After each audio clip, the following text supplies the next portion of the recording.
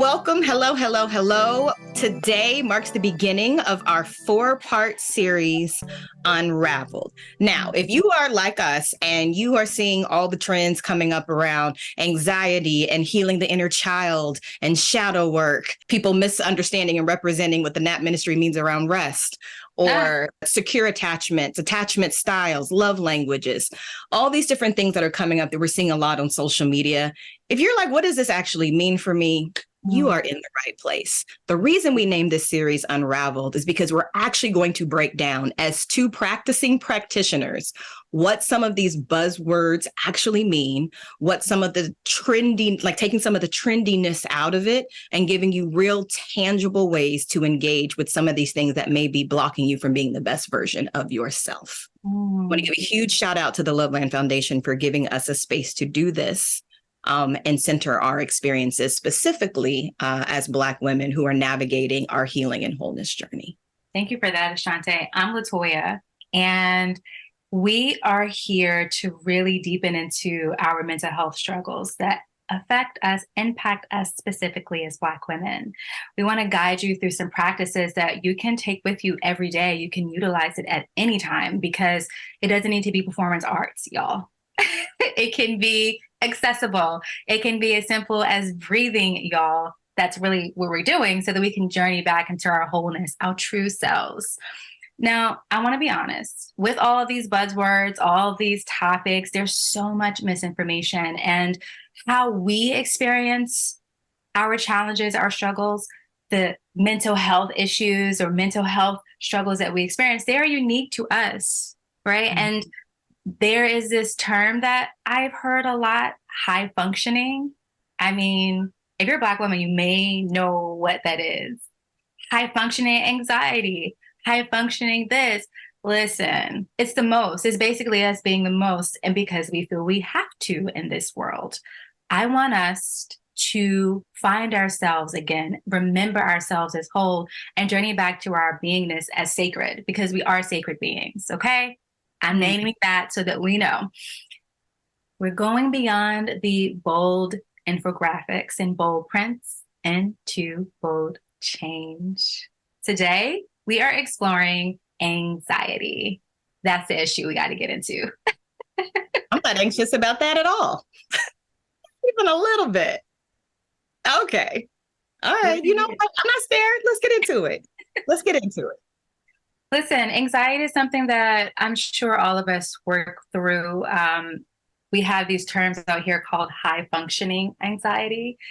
Yeah, I'm sure you may be familiar with that. And it really does have an impact on our well-being and how we move through the world. And I also want to name that it has an impact on how we find space for rest, feeling comfortable to rest. To soften out, to relax. So if we give ourselves an opportunity to tap into how anxiety shows up in our daily lives, we may be able to understand how we can bring about a practice, which you'll learn a little bit later, that will help us to combat it, but also bring in spaces that we can, my brain. See, that's what happens with the anxiety when we're tired and it's the end of the year. It's the, where did I go with this? Right. It's the not giving ourselves enough time to rest and sit with what do I want to say next. And here's the funny thing about anxiety. Even as we're talking, we're experiencing this topic or sharing this topic with you all. We're experiencing our own versions of it in real time.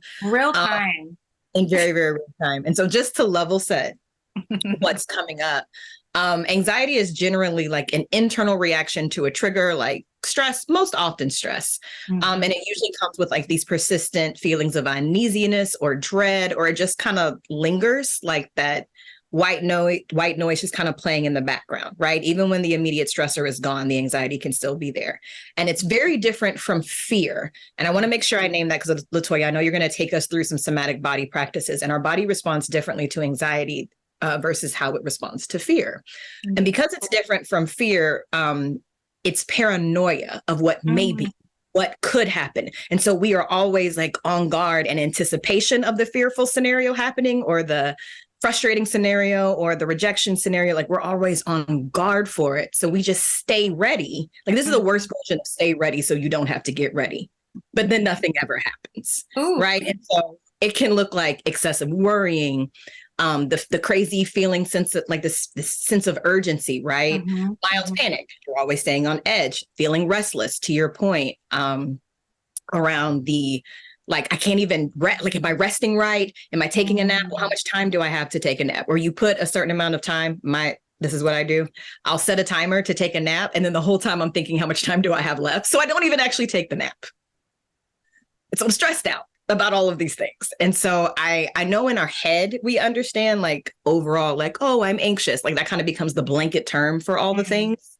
But I really want you to help us get into our bodies, like what's happening in our body when anxiety is doing what it does. When we stay in ready so we don't have to get ready. Right. Thank you. Thank you for holding me with your words and taking over because the brain is doing its thing. Full transparency. I am currently moving through a very massive transition in my life. I'm going to be moving across the country, taking on a new job. And so anxiety is very present and alive within me in this very moment. And some of the sometimes I like to help people to understand some of the things that I say in my workshops and my classes and in my one-on-ones is that anxiety is unalchemized excitement. As you had mentioned, yeah. So anxiety is excitement that's not been alchemized, right? So you mentioned that forward, like, okay, what can happen? You're excited. I'm excited about this new adventure in my life, but I'm also trying to hold the reins and rein myself in from projecting out in a way that can be harmful for me. So when you said that, I said, yeah, that makes sense. That sounds like excitement that's not being alchemized. Yeah. I see it for myself. So how is it showing up in the body? Okay. I want to share with you something that's really, really important and I find to be very helpful, and that is taking a somatic pause. When something lands, when it's words that's been said or something that's been shared or unveiled and revealed in this session or in life, taking a pause is a really great way to come back to yourself and offer your mind, your body, the nervous system an opportunity to regulate in whatever way it has the capacity to do. Now, that's the key, right? How much you have capacity for, not something prescriptive you think you're supposed to do. Because then I get anxious about that. I'm not going to lie. I feel like I'm supposed to do it a certain way and then I'm doing it wrong. And then I get anxious. I'm too anxious to check into my body to know what my capacity is. Yeah, it's a bad cycle. Pause there.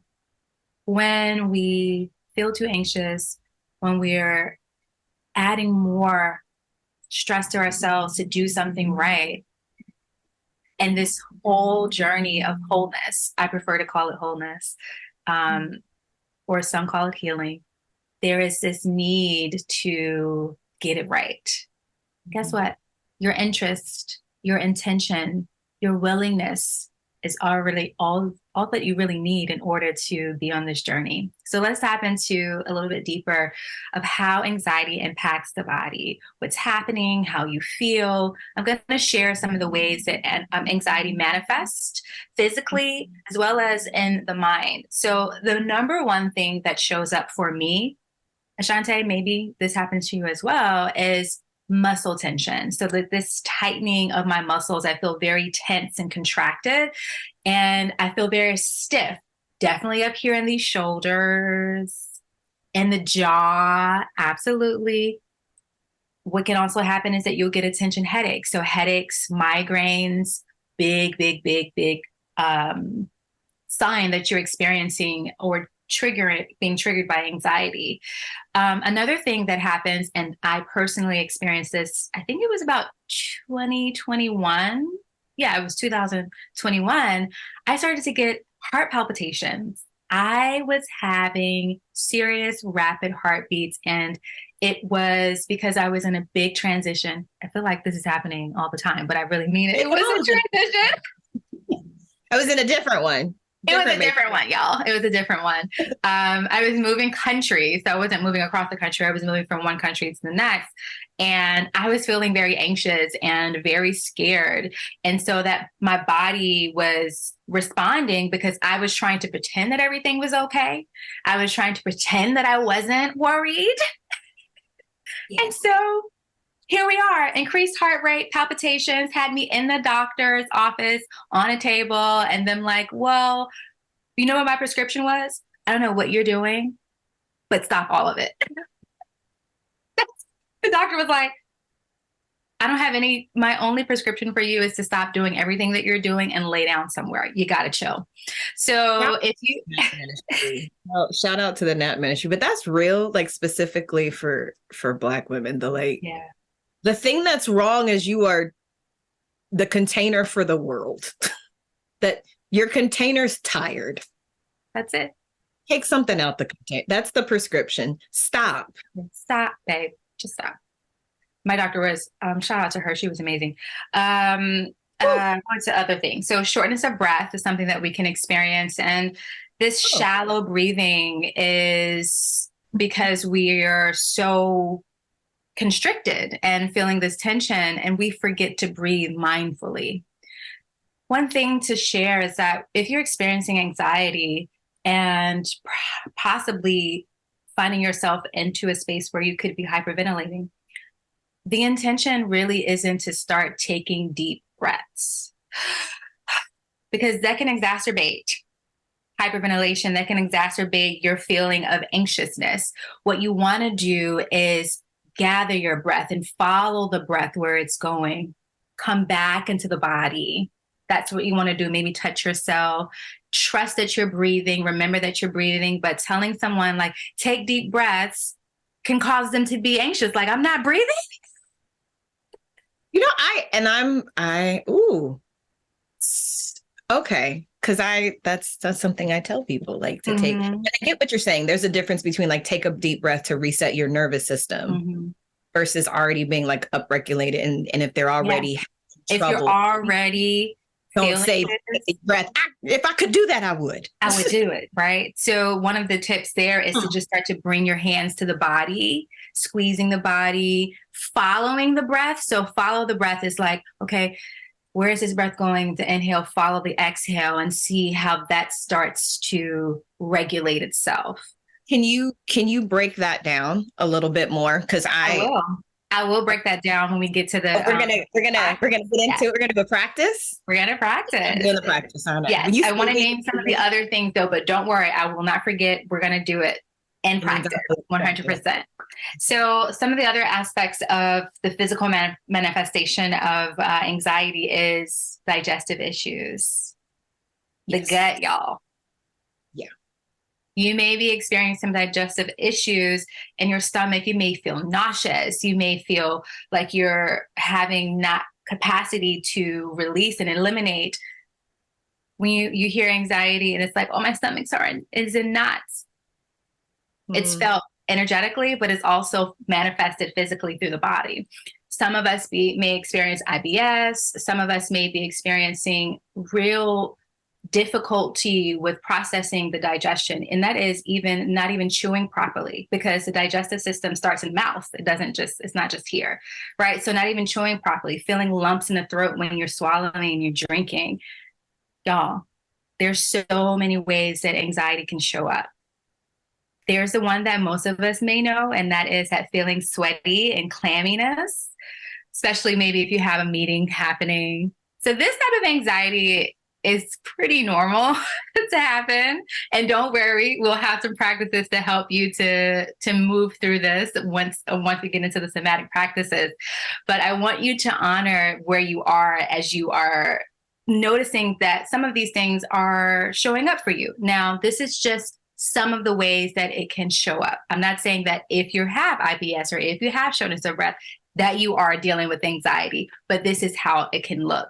Some of the other things that impact anxiety is we may feel fatigue or insomnia, worry, stress. All these things impact how we rest and find the capacity to rest. And then one of the other things, two ones that I want to name is one, and the appetite. How is your appetite? Are you able to eat? Are you enjoying your food? Are you present when you're eating? Mm, Are you eating to cope? mm, Mindful eating. mm. See Yeah. that one. Are you enjoying your food? Mm. I never would have considered because I am a foodie. Food is my love language. Food, Yeah. it can be in like the battle upon battle. You bring me something to eat with a good sauce, and I'm like, oh, so we best friends again. We're gonna Um, we're gonna but I'm realizing if I'm kind of playing through the Rolodex of experiences in my mind, Mhm. I'm in a rush to eat. Like, okay, just got to eat something. Like you inhale it, you eat it, and actually, then I end up feeling worse after. Then I feeling like heavy Yes. after. Yes. Like it doesn't even do what I wanted it to do. Mhm. Um, because I wasn't in the right mindset to eat it. Which means I just inhaled. I didn't actually like chew and digest. That's Actually, I think it. about that. So that's yeah, because I don't enjoy or even am aware some of the times of when I'm eating. I'm just Right. sustenance. We got to go. We got to. That's it, right? So how do we, this is called being mindful or mindful eating. We live in a culture where we are eating and watching TV and on our phone. And so your capacity to even know what your limit is and how much you're consuming so that you can properly have a great digestive experience as the food is being broken down. These are all things that we have to be mindful of when we are possibly experiencing increased or high functioning anxiety.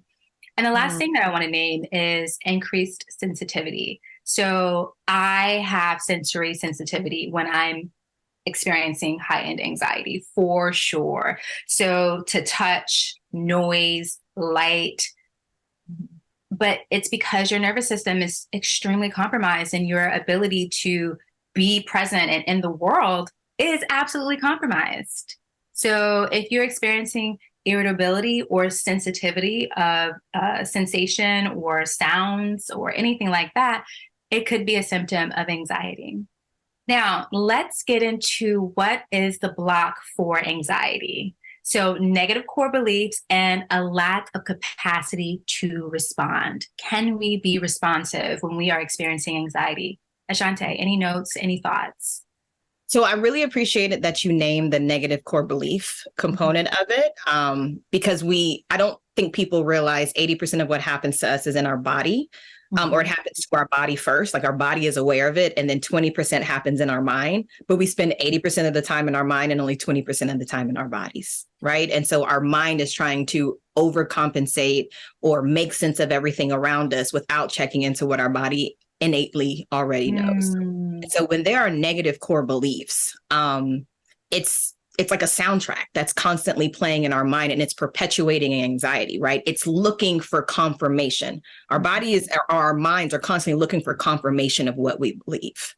And so when we have these particular thoughts that are continually to play in our minds, every situation that we engage is confirmation of some sort around something that we believe about ourselves, right? Mm. So unraveling these limiting beliefs and embracing new perspectives can really help to slow down the mind part of where the anxiety shows up or give a positive or a more true narrative to these negative thoughts that are coming up to us, right? And so some examples of those negative beliefs or negative thoughts are, I am weak, Mm. I'm lovable, no one likes me, people can't be trusted, nothing ever goes right.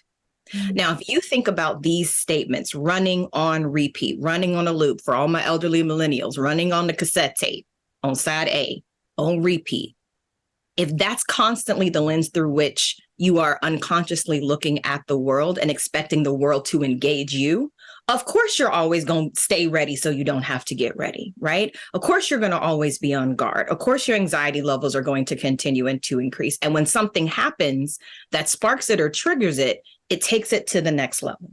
Mhm. And so that's often what happens where we get caught up in being in our mind, and how our mind can really just perpetuate these unhealthy ways of dealing with something that feels uncomfortable or unfamiliar, but we immediately equate it to anxiety.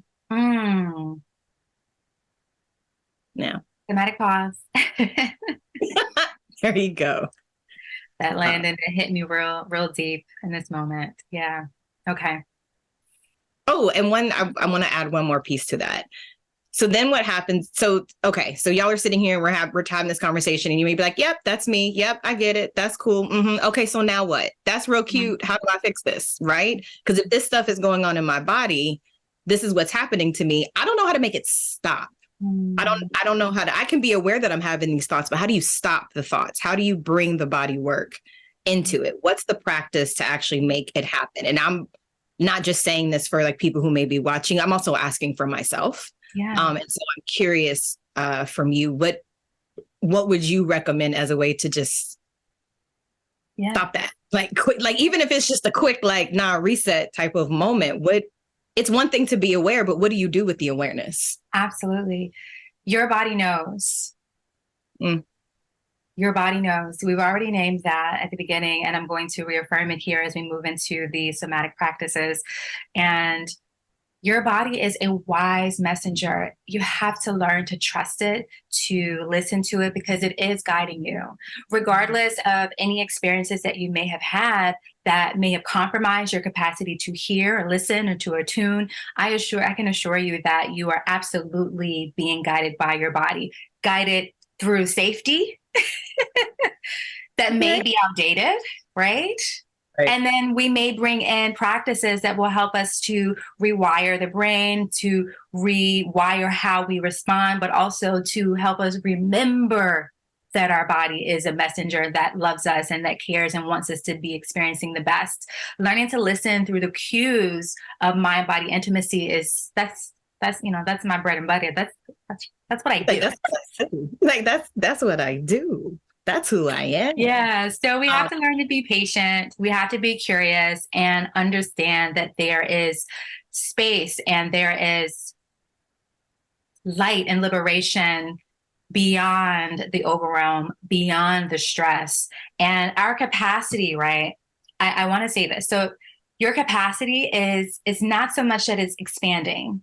You have infinite capacity.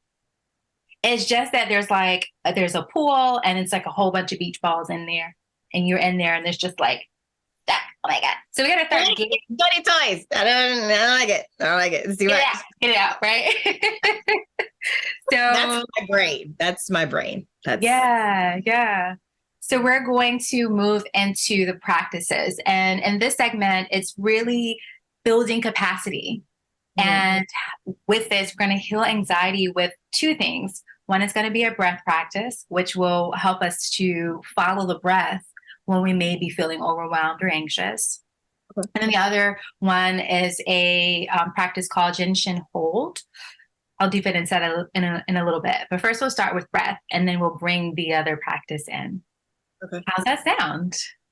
I need it. So, tell me I'm 7 kids.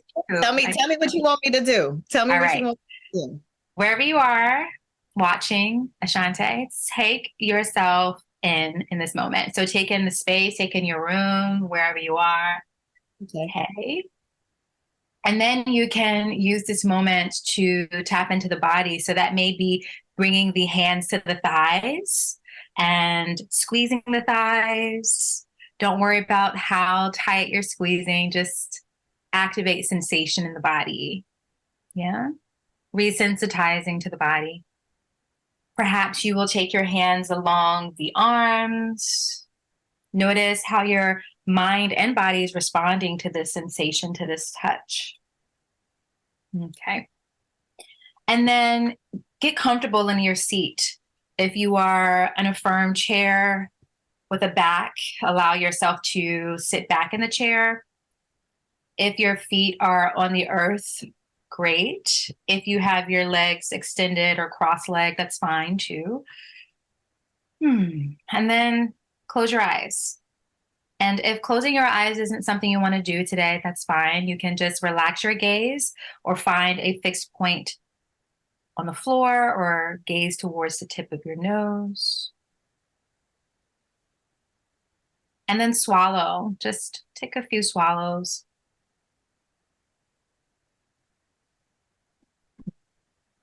And then let's take a breath together. We'll inhale, just have a nice breath in and a nice breath out of the mouth.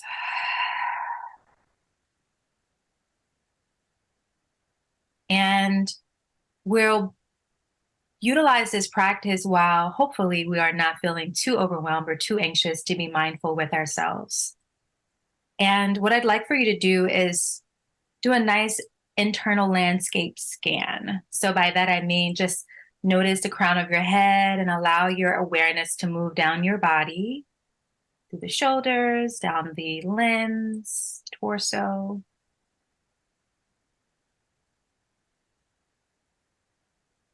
Okay, now let's take a breath in. We're going to do a 3-count breath. So we will inhale for 1, 2, 3. Exhale, 3, 2, 1. Inhale, 3, 2, 1. Notice the inhale full, the top of it, and then exhale, 3, 2, 1. Notice the exhale at the bottom. Inhale for 3, 2, 1. Exhale, 1, 2, 3. Aseanté, keep going with that 3 breath. You can add on to that if you need. So build the count to 4 or 5. And this is what I mean by following the breath. If we invite in a practice of mindful breathing, some call this box breath. We do this when we are in our time of sadhana or devotional practice. We can bring it online if we are experiencing something like overwhelm or stress or anxiety in a situation. And if we just let everything go and we follow the breath, a quick 1, a quick 2, a quick 2, a quick 1, then that starts to help us to lengthen the breath. When you find your next exhale, linger at the bottom for a breath. And then take a deep inhale as in a full diaphragmatic breath from the belly, the chest, the ribs.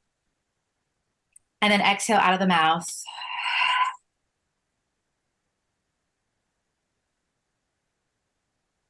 When you feel ready, you can open your eyes.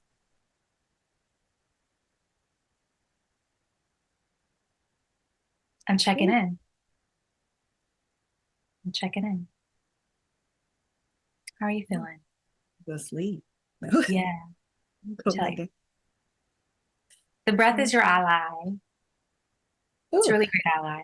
So as I mentioned, if you're experiencing just tension, if you have access to this, let me just count my breath.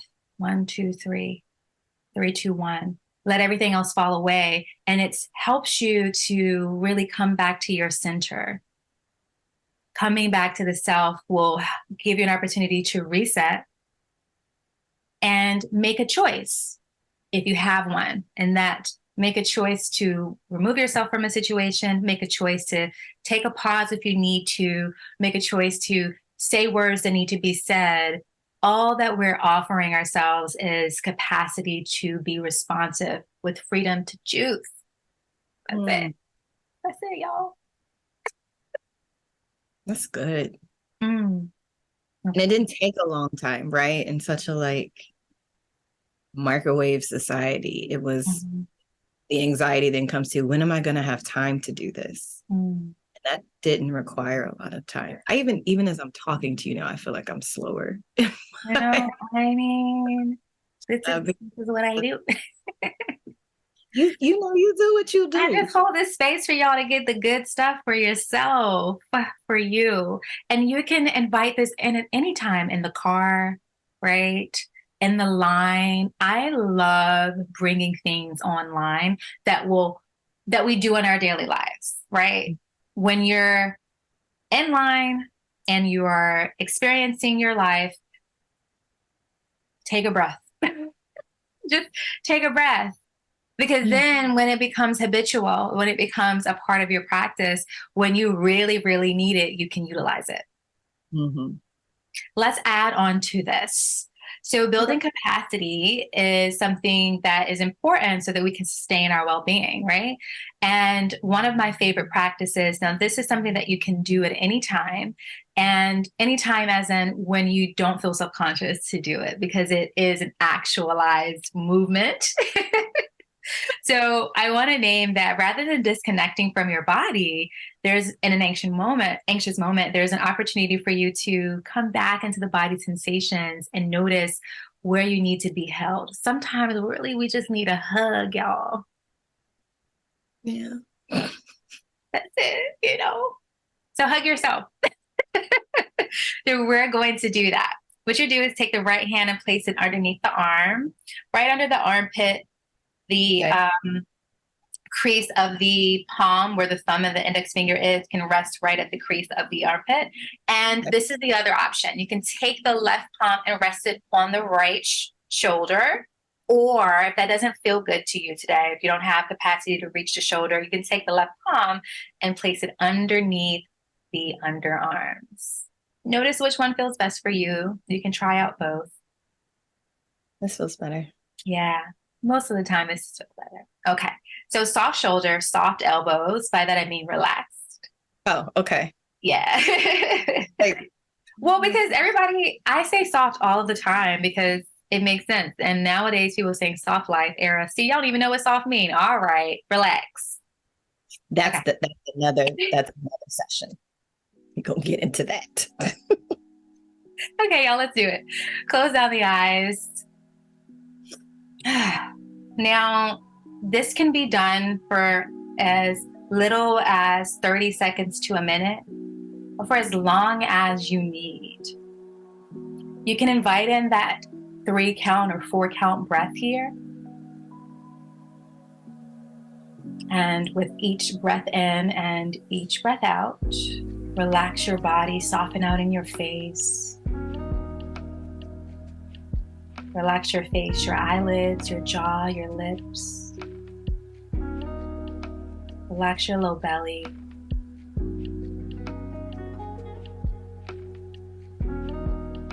Relax through your pelvic floor, your pelvic bowl. Follow your 3 count inhale and your 3 count exhale.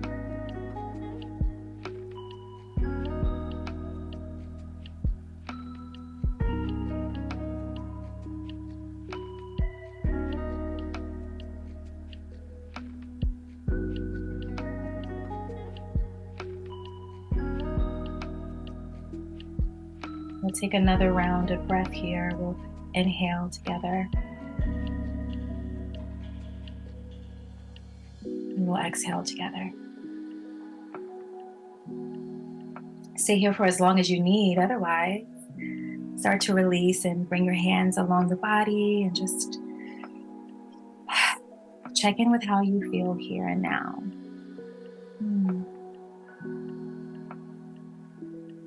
Not tired, or I think tired is the wrong one. Not like rested, like everything kind of went down with the breath work. This one just kind of felt like, okay, you're just getting like what the breath work felt more like kind of like a hibernation, and this one just felt like a reset, if that makes sense. Reset. Yeah, that's exactly right. That's exactly right. A reset, right? So it's important to name that experiencing or prioritizing your well-being is not a linear process, and there is no fixed point. And this is really about lifestyle devotion. And so having practices that you can utilize that will set you ablaze and allow you to show up more fully in the world as your true self is the name of the game, right? And showing up as your true self does not mean being on all the time. Say that again, please, for the people in the back. Showing up as your true self does not mean being on all of the time. Y'all. Yeah, we're talking about you right there, you. It's you. It's you.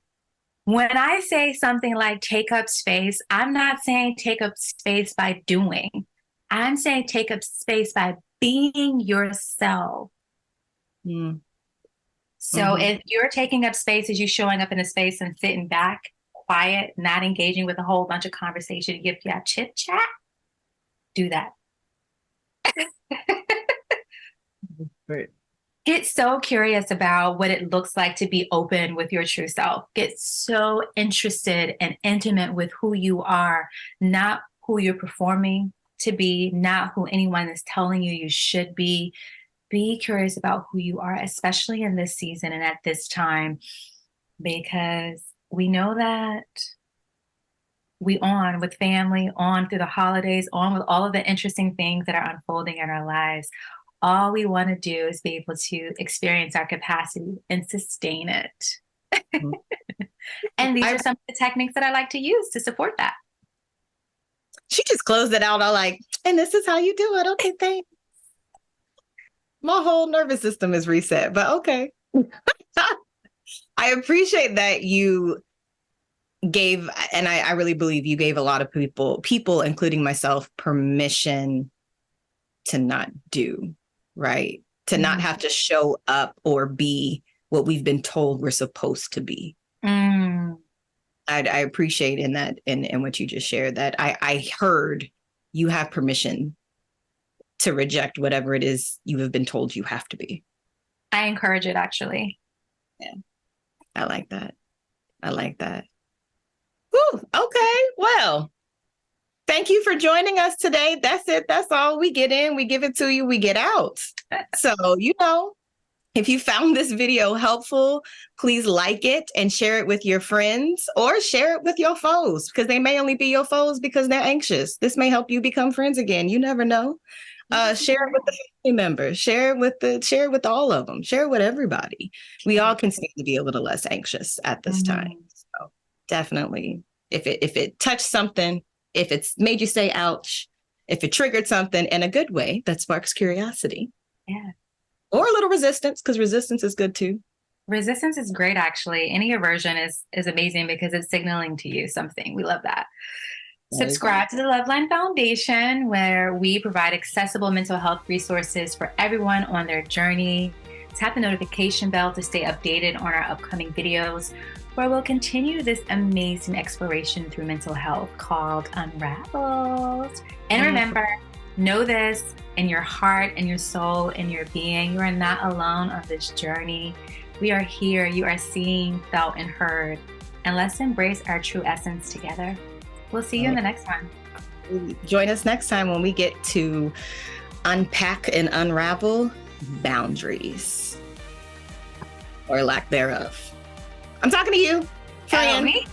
Yeah. Hey, friend. You gathered me on anxiety. It's my turn. Let's see y'all next time. See y'all.